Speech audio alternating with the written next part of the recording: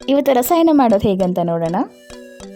ಫಸ್ಟಿಗೆ ಬಾಳೆಹಣ್ಣನ್ನ ಈ ಥರ ಕಟ್ ಮಾಡಿ ಇಟ್ಕೊಳ್ಳೋಣ.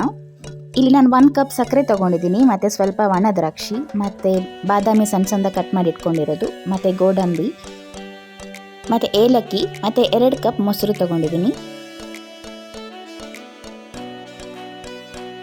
ಈಗ ತುಪ್ಪ ಕಾಯಿಸ್ಕೊಳ್ಳೋಣ.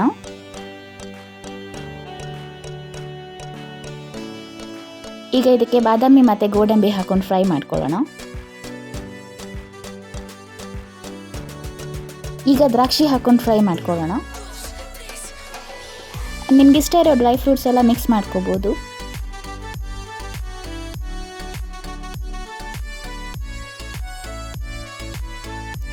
ಇಷ್ಟು ಫ್ರೈ ಆದರೆ ಸಾಕು. ಈಗ ಒಂದು ಮಿಕ್ಸಿಂಗ್ ಬೌಲಿಗೆ ಕಟ್ ಮಾಡಿರೋ ಬಾಳೆಹಣ್ಣು ಹಾಕೊಳ್ಳೋಣ. ಈಗ ಇದಕ್ಕೆ ಸಕ್ಕರೆ ಮತ್ತು ಮೊಸರೆಲ್ಲ ಹಾಕೊಳ್ಳೋಣ.